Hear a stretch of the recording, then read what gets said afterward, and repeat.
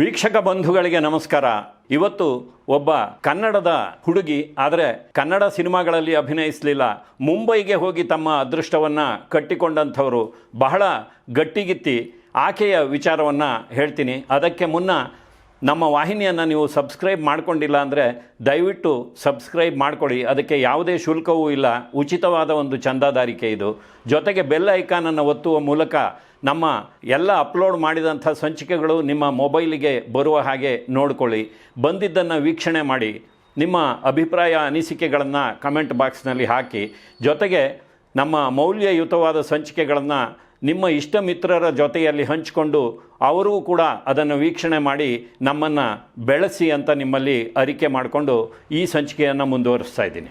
ನೋಡಿ, ನಮ್ಮ ಕನ್ನಡದವರು ಎಷ್ಟು ಗಟ್ಟಿಗರು ಅನ್ನೋದಕ್ಕೆ ಕನ್ನಡ ನಾಡಿನಲ್ಲಿ ಹುಟ್ಟಿದ ಒಬ್ಬ ಹೆಣ್ಣು ಮಗಳು ಮುಂಬೈಗೆ ಹೋಗಿ ತನ್ನ ಬದುಕನ್ನು ಕಟ್ಟಿಕೊಂಡಿದ್ದು, ಅದು ಸುಮಾರು 12 ವರ್ಷಗಳ ಕಾಲ ಏನೆಲ್ಲ ಅವಘಡಗಳು ನಡೆದರೂ ಸಹ ಎದೆಗುಂದದೆ ಇವತ್ತಿಗೂ ಸಹ ನಗನಗ್ತಾ ತನ್ನ ಕುಟುಂಬದ ಜೊತೆಗೆ ಜೀವನ ನಡೆಸ್ತಾ ಇರುವಂಥ ಲೀನಾ ಚಂದಾವರ್ಕರ್ ಅವರ ಬಗ್ಗೆ ಇವತ್ತಿನ ಸಂಚಿಕೆಯನ್ನು ನಿಮ್ಮ ಮುಂದೆ ಇಡ್ತಾ ಇದ್ದೀನಿ. ಲೀನಾ ಚಂದಾವರ್ಕರ್ ಅವರು ಹುಟ್ಟಿದ್ದು 29ನೇ ತಾರೀಕು ಆಗಸ್ಟ್ ತಿಂಗಳು 1950ನೇ ಇಸ್ವಿ.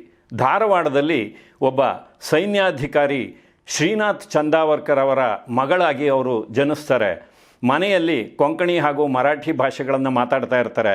ಆದರೆ ಕನ್ನಡ ನಾಡಿನಲ್ಲಿ ಇದ್ದಿದ್ದರಿಂದಾಗಿ ಕನ್ನಡ ಭಾಷೆಯ ಪರಿಚಯ ಕೂಡ ಅವರಿಗೆ ಇರುತ್ತೆ.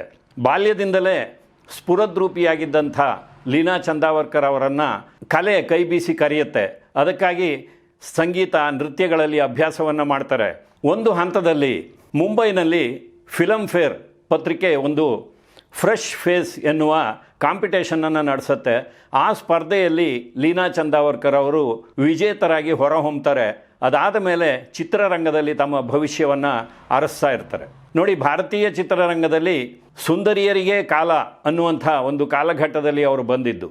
ಇವತ್ತು ಅಭಿನಯ ಪ್ರತಿಭೆ ಇದ್ದರೆ ಬಾಹ್ಯ ಸೌಂದರ್ಯ ಅಷ್ಟು ಮುಖ್ಯವಾಗದೇ ಇದ್ದರೂ ಕೂಡ ಚಿತ್ರರಂಗದಲ್ಲಿ ದೊಡ್ಡ ಹೆಸರನ್ನು ಮಾಡಬಹುದು. ಆದರೆ ಅವತ್ತಿಗೆ ಸುಂದರಿಯರಿಗೆ ಕಾಲ ಎನ್ನುವಂಥ ಒಂದು ಕಾಲಘಟ್ಟ ಅದು.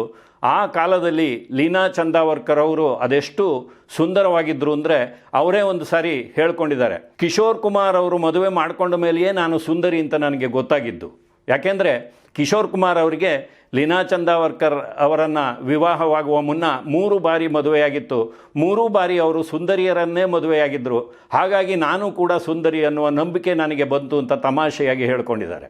1967ರಲ್ಲಿ ಸುನೀಲ್ ದತ್ ಅವರು ಮಸೀಹಾ ಎನ್ನುವ ಒಂದು ಸಿನಿಮಾ ನಿರ್ಮಾಣ ಮಾಡಬೇಕು ಅಂತ ಹೊರಡ್ತಾರೆ. ಅದಕ್ಕೆ ಲೀನಾ ಚಂದಾವರ್ಕರ್ ಅವರನ್ನು ಆಯ್ಕೆ ಮಾಡ್ತಾರೆ. ಆ ಚಿತ್ರದಲ್ಲಿ ರಾಜ್ಕುಮಾರ್ ಹಾಗೂ ಮಮತಾಜ್ ಅವರಂಥ ಹಿರಿಯ ಕಲಾವಿದರ ಜೊತೆಯಲ್ಲಿ ಲೀನಾ ಚಂದಾವರ್ಕರ್ ತೆರೆಯನ್ನು ಹಂಚ್ಕೋಬೇಕಾಗಿರುತ್ತೆ. ಆದರೆ ಕಾರಣಾಂತರಗಳಿಂದ ಆ ಚಿತ್ರ ನಿಂತು ಹೋಗುತ್ತೆ. ಅದರ ಮರು ವರ್ಷ ಅಂದರೆ 1968ರಲ್ಲಿ ಇದೇ ಸುನೀಲ್ ದತ್ ಅವರು ತಮ್ಮ ಕಿರಿಯ ಸೋದರ ಸೋಮದತ್ ಅವರನ್ನು ನಾಯಕರನ್ನಾಗಿಸಿಕೊಂಡು ಮನ್ ಕಾ ಮೀತ್ ಎನ್ನುವ ಒಂದು ಚಿತ್ರವನ್ನು ತೆರೆಗೆ ತರ್ತಾರೆ. ಆ ಚಿತ್ರದಲ್ಲಿ ಲೀನಾ ಚಂದಾವರ್ಕರ್ ಅವರು ನಾಯಕಿಯಾಗ್ತಾರೆ. ಆ ಚಿತ್ರ ಅದ್ಭುತವಾದ ಯಶಸ್ಸನ್ನು ಗಳಿಸುತ್ತೆ. ರಾತ್ರೋರಾತ್ರಿ ಲೀನಾ ಚಂದಾವರ್ಕರ್ ಅವರು ಅವತ್ತು ಹಿಂದಿ ತೆರೆಯಲ್ಲಿ ದೊಡ್ಡ ಹೆಸರು ಮಾಡಿದಂಥ ಹೇಮಮಾಲಿನಿ ಹಾಗೂ ಮಮತಾಜ್ ಅವರಿಗೆ ಸರಿ ಸಮನಾಗಿ ಬೆಳೆದು ನಿಲ್ತಾರೆ. ಹಿಂದಿ ಚಿತ್ರರಂಗದಲ್ಲಿ ಲೀನಾ ಚಂದಾವರ್ಕರ್ ಅವರಿಗೆ ಒಂದು ಸರಿಯಾದ ಮಾರ್ಗದರ್ಶನವನ್ನು ನೀಡಿದ್ದು ಸುನೀಲ್ ದತ್ ಅವರ ತಾರಾಪತ್ನಿ ನರ್ಗೀಸ್ ಅವರು. ನೋಡಿ, ಈ ಒಂದು ಚಿತ್ರ ಬಿಡುಗಡೆಯಾಗಿದ್ದೇ ತಡ ಲೀನಾ ಚಂದಾವರ್ಕರ್ ಅವರಿಗೆ ಮೇಲಿಂದ ಮೇಲೆ ಚಿತ್ರಗಳು ದೊರೀತಾ ಹೋಗುತ್ತೆ. ತಮ್ಮ 12 ವರ್ಷಗಳ ಚಿತ್ರ ಜೀವನದಲ್ಲಿ ಕೇವಲ ಸರಿಸುಮಾರು 40 ಚಿತ್ರಗಳಲ್ಲಿ ಅವರು ಅಭಿನಯಿಸಿದ್ರೂ ಕೂಡ ಅವತ್ತು ಹಿಂದಿ ಚಿತ್ರರಂಗದಲ್ಲಿ ಅತಿರಥರಾಗಿದ್ದಂಥ ಅನೇಕ ಕಲಾವಿದರಲ್ಲದೆ ಹೊಸಬರಾಗಿದ್ದಂಥ ಕಲಾವಿದರ ಜೊತೆಯಲ್ಲೂ ಅಭಿನಯಿಸುವ ಮೂಲಕ ತಮ್ಮ ಒಂದು ಸ್ಥಾನವನ್ನು ಭದ್ರಪಡಿಸ್ಕೋತಾರೆ. ಅಭಿನಯಿಸಿರುವ ಸುಮಾರು 40 ಚಿತ್ರಗಳಲ್ಲಿ 17 ಜನ ನಾಯಕರಿಗೆ ಅವರು ನಾಯಕಿಯಾಗಿದ್ದಾರೆ. ಈ ಒಂದು ಅಂಕಿಅಂಶವನ್ನು ನೋಡಿದ್ರೆ ಎಲ್ಲರ ಜೊತೆಯಲ್ಲೂ ಅವರು ಬೆರೆತು ಕೆಲಸ ಮಾಡ್ತಿದ್ರು ಅನ್ನುವ ಅಂಶ ಗಮನಕ್ಕೆ ಬರುತ್ತೆ. ದುಂಡು ಮುಖದ ಬಟ್ಟಲು ಕಣ್ಣುಗಳ ಕೆಂಪನೆಯ ತುಟಿಗಳ ಲೀನಾ ಚಂದಾವರ್ಕರ್ ಅವರು ಪ್ರಮಾಣಬದ್ಧವಾದ ಮೈಮಾಟದೊಂದಿಗೆ ಹಿಂದಿ ಚಿತ್ರರಂಗದಲ್ಲಿ ತಮ್ಮ ಸ್ಥಾನವನ್ನು ಭದ್ರಪಡಿಸ್ಕೋತಾ ಹೋಗ್ತಾರೆ. ಜೊತೆಗೆ ಅವರ ಅಭಿನಯ ಸಾಮರ್ಥ್ಯವೂ ಸೇರಿ ಸೌಂದರ್ಯದ ಜೊತೆಗೆ ಅಭಿನಯ ಸೇರಿದ್ದರಿಂದಾಗಿ ಅವರಿಗೆ ಅವಕಾಶಗಳು ವಿಪುಲವಾಗಿ ದೊರೀತಾ ಹೋಗುತ್ತೆ. ಆ ದಿನಗಳಲ್ಲಿ ಅಂದರೆ 1974ರ ಹೊತ್ತಿನಲ್ಲಿ ಅವರಿಗೆ ವಿವಾಹ ಕೂಡ ಆಗುತ್ತೆ. ಗೋವಾದಲ್ಲಿ ರಾಜಕೀಯ ಪ್ರಭಾವ ಇದ್ದಂಥ ಒಂದು ಕುಟುಂಬದ ಸಿದ್ಧಾರ್ಥ್ ಬಂಡೋಡ್ಕರ್ ಅವರನ್ನು ಲೀನಾ ಚಂದಾವರ್ಕರ್ ಅವರು ಮದುವೆ ಆಗ್ತಾರೆ. ಆದರೆ ದುರಂತ ಏನು ಅಂದರೆ, ಮದುವೆಯಾಗಿ 11 ದಿನಗಳಾಗಿರುತ್ತೆ. ಒಂದು ದಿನ ಸಿದ್ಧಾರ್ಥ್ ಬಂಡೋಡ್ಕರ್ ಅವರು ತಮ್ಮ ರಿವಾಲ್ವರನ್ನು ಕ್ಲೀನ್ ಮಾಡ್ತಾ ಇರ್ತಾರೆ. ಆಗ ಆಕಸ್ಮಿಕವಾಗಿ ಗುಂಡು ಅವರಿಗೆ ತಗಲಿ ಅವರು ಗಾಯಗೊಂಡು ಆಸ್ಪತ್ರೆಗೆ ಸೇರ್ತಾರೆ. ಸುಮಾರು 1 ವರ್ಷ ಕಾಲ ಅವರು ಸಾವು ಬದುಕಿನೊಂದಿಗೆ ಹೋರಾಡಿ ಕೊನೆಗೂ ಈ ಪ್ರಪಂಚದಿಂದ ಕಣ್ಮರೆಯಾಗ್ತಾರೆ. ಆ ಸಂದರ್ಭದಲ್ಲಿ ಲೀನಾ ಚಂದಾವರ್ಕರ್ ಅವರು ಡಿಪ್ರೆಷನ್ಗೆ ಹೋಗ್ತಾರೆ. ಕೇವಲ 25ನೇ ವಯಸ್ಸಿಗೆ 11 ದಿನಗಳ ದಾಂಪತ್ಯ ಜೀವನವನ್ನು ನಡೆಸಿ 1 ವರ್ಷ ಕಾಲ ಪತಿಯ ಸೇವೆಯನ್ನು ಮಾಡಿ ಕೊನೆಗೂ ಆತನನ್ನು ಕಳ್ಕೊಂಡಾಗ ಆಕೆಗೆ ಜೀವನವೇ ಶೂನ್ಯ ಅನಿಸಿ ಡಿಪ್ರೆಷನ್ಗೆ ಹೊರಟೋಗ್ತಾರೆ. ಆದರೆ ನಿಧಾನವಾಗಿ ಮತ್ತೆ ಬದುಕನ್ನು ಕಟ್ಕೋತಾ ಹೋಗ್ತಾರೆ, ಸಿನಿಮಾಗಳಲ್ಲಿ ಅಭಿನಯಿಸ್ತಾ ಹೋಗ್ತಾರೆ. 1980ರಲ್ಲಿ ಅವರ ಆ ವೈಧವ್ಯ ಜೀವನವನ್ನು ಕೊನೆಗೊಳಿಸುವ ನಿಟ್ಟಿನಲ್ಲಿ ಕಿಶೋರ್ ಕುಮಾರ್ ಅವರು ಆಕೆಗೆ ಒಂದು ಮದುವೆಯ ಪ್ರಸ್ತಾಪವನ್ನು ಇಡ್ತಾರೆ. ಕಿಶೋರ್ ಕುಮಾರ್ ಅವರ ಜೊತೆಯಲ್ಲಿ ಲೀನಾ ಚಂದಾವರ್ಕರ್ ಅವರು ಪ್ಯಾರ್ ಅಜನಬಿ ಹೇ ಎನ್ನುವ ಒಂದು ಚಿತ್ರದಲ್ಲಿ ಅಭಿನಯಿಸುವ ಸಂದರ್ಭದಲ್ಲಿ ಕಿಶೋರ್ ಕುಮಾರ್ ಅವರು ಆಕೆಗೆ ಪ್ರಪೋಸ್ ಮಾಡ್ತಾರೆ. ಆದರೆ ತನಗಿಂತ 20 ವರ್ಷ ಹಿರಿಯನಾದ ಆತನೊಂದಿಗೆ ಮದುವೆ ಮಾಡ್ಕೊಳ್ಳೋದಕ್ಕೆ ಲೀನಾ ಚಂದಾವರ್ಕರ್ ಅವರ ಮನಸ್ಸು ಒಪ್ಪೋದಿಲ್ಲ. ಹಾಗಾಗಿ ಅವರು ಅದನ್ನು ನಿರಾಕರಿಸ್ತಾರೆ. ಆದರೆ ಕಿಶೋರ್ ಕುಮಾರ್ ಅವರು ತಮ್ಮ ಪ್ರಯತ್ನವನ್ನು ಬಿಡಲ್ಲ. ಅವರ ತಂದೆ ಶ್ರೀನಾಥ್ ಚಂದಾವರ್ಕರ್ ಅವರನ್ನೇ ಸಂಪರ್ಕ ಮಾಡಿ ಅವರು ಕೂಡ ಮೊದಲಿಗೆ ಮಗಳನ್ನು 20 ವರ್ಷ ಹಿರಿಯನಿಗೆ ಕೊಟ್ಟು ಮದುವೆ ಮಾಡೋದಕ್ಕೆ ಹಿಂದೆ ಮುಂದೆ ನೋಡ್ತಾರೆ. ಆದರೆ ಕೊನೆಗೆ ಕಿಶೋರ್ ಕುಮಾರ್ ಅವರು ಅವರ ಮನಸ್ಸನ್ನು ಒಲಿಸಿ ಆ ಮನೆಯವರನ್ನೆಲ್ಲ ಒಪ್ಪಿಸಿ ಮದುವೆ ಆಗ್ತಾರೆ.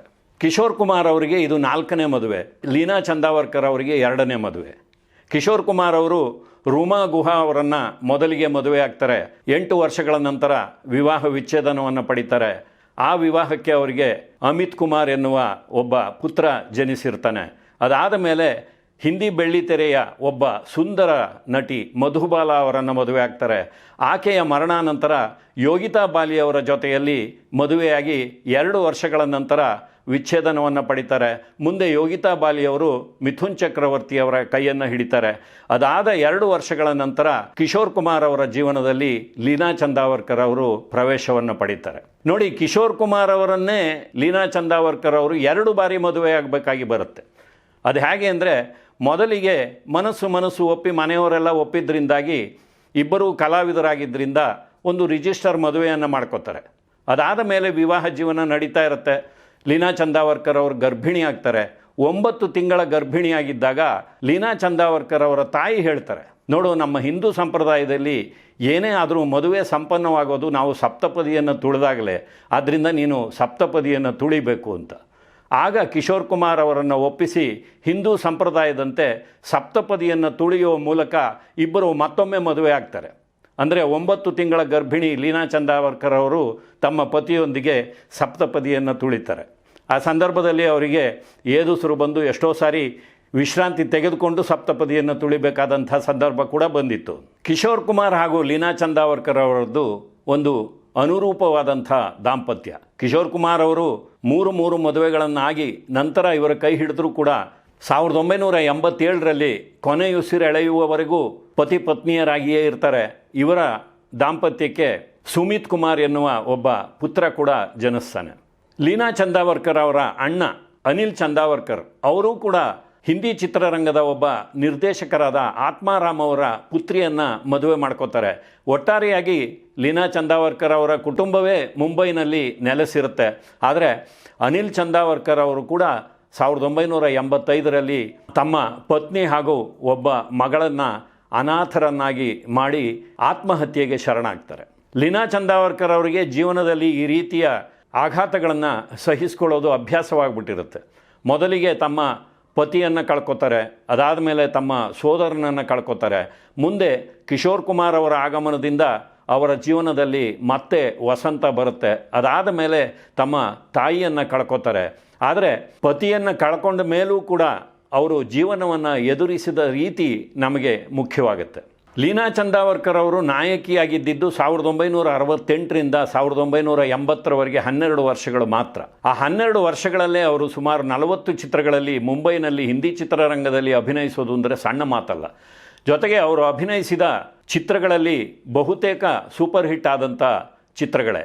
ಅಲ್ಲಿ ರಾಜ್ಕುಮಾರ್, ದಿಲೀಪ್ ಕುಮಾರ್ ಅವರಂಥ ಹಿರಿಯ ಕಲಾವಿದರ ಜೊತೆಯಲ್ಲಿಯೂ ತೆರೆಯನ್ನು ಹಂಚ್ಕೋತಾರೆ. ಜಿತೇಂದ್ರ, ಧರ್ಮೇಂದ್ರ, ಶಮ್ಮಿ ಕಪೂರ್, ವಿನೋದ್ ಖನ್ನಾ ಹಾಗೂ ಸಂಜೀವ್ ಕುಮಾರ್ ಅವರಂಥ ಅವತ್ತಿನ ಸಮಕಾಲೀನ ಹೀರೋಗಳ ಜೊತೆಯಲ್ಲಿಯೂ ತೆರೆಯನ್ನು ಹಂಚ್ಕೋತಾರೆ.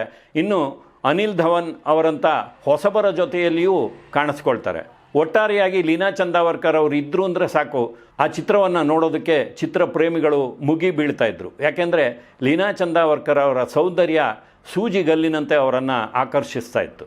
ಕನ್ನಡತಿಯಾಗಿದ್ದಂಥ ಲೀನಾ ಚಂದಾವರ್ಕರ್ ಅವರು ಒಂದು ಸಂದರ್ಭದಲ್ಲಿ ರಾಜ್ಕುಮಾರ್ ಅವರ ಒಂದು ಚಿತ್ರಕ್ಕೆ ನಾಯಕಿಯಾಗಿ ಕೂಡ ಅಭಿನಯಿಸ್ತಾರೆ ಅನ್ನುವಂಥ ಸುದ್ದಿ ಹರಡಿತ್ತು. ಆದರೆ ಅದು ಫಲಕಾರಿ ಆಗಲಿಲ್ಲ.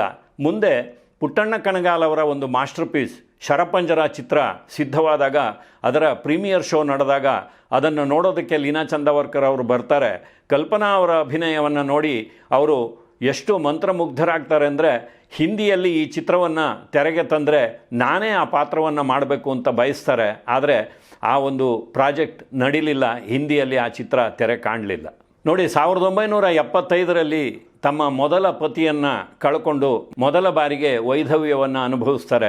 ಅದರಿಂದ ಹೊರಬಂದು ಕಿಶೋರ್ ಕುಮಾರ್ ಅವರನ್ನು ಮದುವೆಯಾಗಿ ಸಂತೋಷದ ದಿನಗಳನ್ನು ಕಳೀತಾ ಇದ್ದಾಗ ಮತ್ತೆ 12 ವರ್ಷಗಳಲ್ಲಿ ಮತ್ತೊಮ್ಮೆ ವೈಧವ್ಯ ಅವರನ್ನು ಅರಸಿ ಬರುತ್ತೆ. 1987ರಲ್ಲಿ ಮತ್ತೊಮ್ಮೆ ಅವರು ವಿಧವೆಯಾಗಬೇಕಾಗತ್ತೆ. ಕಿಶೋರ್ ಕುಮಾರ್ ಅವರ ಮರಣ ನಂತರವೂ ಕೂಡ ಒಂದೆರಡು ಚಿತ್ರಗಳಲ್ಲಿ ಅವರು ಪೋಷಕ ಕಲಾವಿದೆಯಾಗಿ ಕಾಣಿಸ್ಕೊಳ್ತಾರೆ. ಅದಾದ ಮೇಲೆ 2007ರಲ್ಲಿ ಒಂದು ಹಿಂದಿ ವಾಹಿನಿಯಲ್ಲಿ ಕೆ ಫಾರ್ ಕಿಶೋರ್ ಎನ್ನುವ ಕಿಶೋರ್ ಕುಮಾರ್ ಅವರನ್ನು ಕುರಿತಂಥ ಒಂದು ರಿಯಾಲಿಟಿ ಶೋ ಬರುತ್ತೆ. ಅಲ್ಲಿ ಕಿಶೋರ್ ಕುಮಾರ್ ಅವರ ಅಭಿನಯ ಹಾಗೂ ಹಾಡುಗಳಿಗೆ ಸ್ಪರ್ಧಿಗಳು ಅಭಿನಯಿಸಿ ಗೆಲ್ಲುವಂಥ ಒಂದು ಅವಕಾಶ ಇರುತ್ತೆ. ಆ ಒಂದು ಸರಣಿಯಲ್ಲಿ 2 ಸಂಚಿಕೆಗಳಿಗೆ ತೀರ್ಪುಗಾರರಾಗಿ ಲೀನಾ ಚಂದಾವರ್ಕರ್ ಅವರು ಕಾಣಿಸಿಕೊಂಡು ತಮ್ಮ ಪತಿಗೆ ಗೌರವವನ್ನು ಸಲ್ಲಿಸ್ತಾರೆ. ಅದಾದ ಮೇಲೆ ಕೂಡ ಕೆಲವು ರಿಯಾಲಿಟಿ ಶೋಗಳಲ್ಲಿ ತೀರ್ಪುಗಾರ್ತಿಯಾಗಿ ಕಾಣಿಸ್ಕೊಂಡಿದ್ದಾರೆ. ಕಿಶೋರ್ ಕುಮಾರ್ ಅವರಿಗೆ ರುಮಾ ಗುಹಾ ಅವರಿಂದ ಜನಿಸಿದಂಥ ಅಮಿತ್ ಕುಮಾರ್ ಅವರು ಕೂಡ ಹಿಂದಿ ಚಿತ್ರರಂಗದಲ್ಲಿ ಒಬ್ಬ ಯಶಸ್ವಿ ಹಿನ್ನೆಲೆ ಗಾಯಕರು. ಅವರಿಗೂ ಕೂಡ ಮದುವೆಯಾಗಿ 2 ಮಕ್ಕಳಿದೆ. ಅಮಿತ್ ಕುಮಾರ್ ಅವರ ಕುಟುಂಬದ ಜೊತೆಯಲ್ಲಿಯೇ ಲೀನಾ ಚಂದಾವರ್ಕರ್ ಅವರು ಸಹ ತಮ್ಮ ಮಗ ಸುಮಿತ್ ಕುಮಾರ್ ಅವರ ಜೊತೆಯಲ್ಲಿ ಇವತ್ತಿಗೂ ನೆಮ್ಮದಿಯ ಜೀವನವನ್ನು ನಡೆಸ್ತಾ ಇದ್ದಾರೆ. ಲೀನಾ ಚಂದಾವರ್ಕರ್ ಅವರಿಗೆ ಯಾವುದೇ ಪ್ರಶಸ್ತಿಗಳು ಬಂದಿಲ್ಲದೆ ಇರಬಹುದು, ಆದರೆ ಅವರು ಹಿಂದಿ ಚಿತ್ರರಂಗದಲ್ಲಿ ಬಹಳ ಕಡಿಮೆ ಅವಧಿಯಲ್ಲಿ 17 ಜನ ನಾಯಕರೊಂದಿಗೆ ಯಶಸ್ವಿ ಚಿತ್ರಗಳನ್ನು ಕೊಟ್ಟಿರೋದನ್ನು ಯಾರೂ ಮರೆಯೋದಕ್ಕೆ ಸಾಧ್ಯವಿಲ್ಲ. ರಾಜೇಶ್ ಖನ್ನಾ ಅವರ ಜೊತೆಯಲ್ಲಿ ಮೆಹಬೂಬ್ ಕಿ ಮೆಹಂದಿ ಲೀನಾ ಚಂದಾವರ್ಕರ್ ಅವರ ಅಭಿನಯಕ್ಕೆ ಸಾಕ್ಷಿಯಾದಂಥ ಒಂದು ಚಿತ್ರ. ಇನ್ನು ಸಂಜೀವ್ ಕುಮಾರ್ ಅವರ ಜೊತೆಯಲ್ಲಿ ಮಂಚಲಿ ಚಿತ್ರದಲ್ಲಿ, ದಿಲೀಪ್ ಕುಮಾರ್ ಅವರ ಜೊತೆಯಲ್ಲಿ ಬೈರಾಗ್ ಚಿತ್ರದಲ್ಲಿ, ಹೀಗೆ ಲೀನಾ ಚಂದಾವರ್ಕರ್ ಅವರ ಚಿತ್ರಗಳನ್ನು ಇವತ್ತಿಗೂ ನೋಡಿ ಸವಿಯುವಂಥ ಚಿತ್ರಪ್ರೇಮಿಗಳಿದ್ದಾರೆ. ಒಬ್ಬ ಕನ್ನಡತಿಯಾಗಿ ಹುಟ್ಟಿ ಮುಂಬೈಗೆ ತೆರಳಿ ಅಲ್ಲಿ ಚಿತ್ರ ಜೀವನವನ್ನು ಕಟ್ಟಿಕೊಂಡು ಜೀವನದಲ್ಲಿ ಏನೆಲ್ಲ ಸಂಘರ್ಷಗಳು ಎದುರಾದರೂ ಕೂಡ ಅವುಗಳನ್ನು ಸಿನಿಮೀಯ ರೀತಿಯಲ್ಲಿ ಎದುರಿಸಿ ತಮ್ಮ ಬದುಕನ್ನು ಕಟ್ಟಿಕೊಂಡು ಇವತ್ತು ನೆಮ್ಮದಿಯ ಜೀವನವನ್ನು ನಡೆಸ್ತಾ ಇರುವಂಥ ಲೀನಾ ಚಂದಾವರ್ಕರ್ ಅವರು ಇವತ್ತಿನ ಕಲಾವಿದರಿಗೆ ಒಂದು ರೀತಿಯಲ್ಲಿ ಮಾದರಿಯಾಗಿದ್ದಾರೆ ಅಂತ ಹೇಳಿ ಮತ್ತೆ ಮುಂದಿನ ಸಂಚಿಕೆಯಲ್ಲಿ ಇಂಥದ್ದೇ ವಿಶೇಷವಾದ ಕಾರ್ಯಕ್ರಮಗಳೊಂದಿಗೆ ನಿಮ್ಮ ಮುಂದೆ ಬರ್ತೀನಿ. ನಮಸ್ಕಾರ.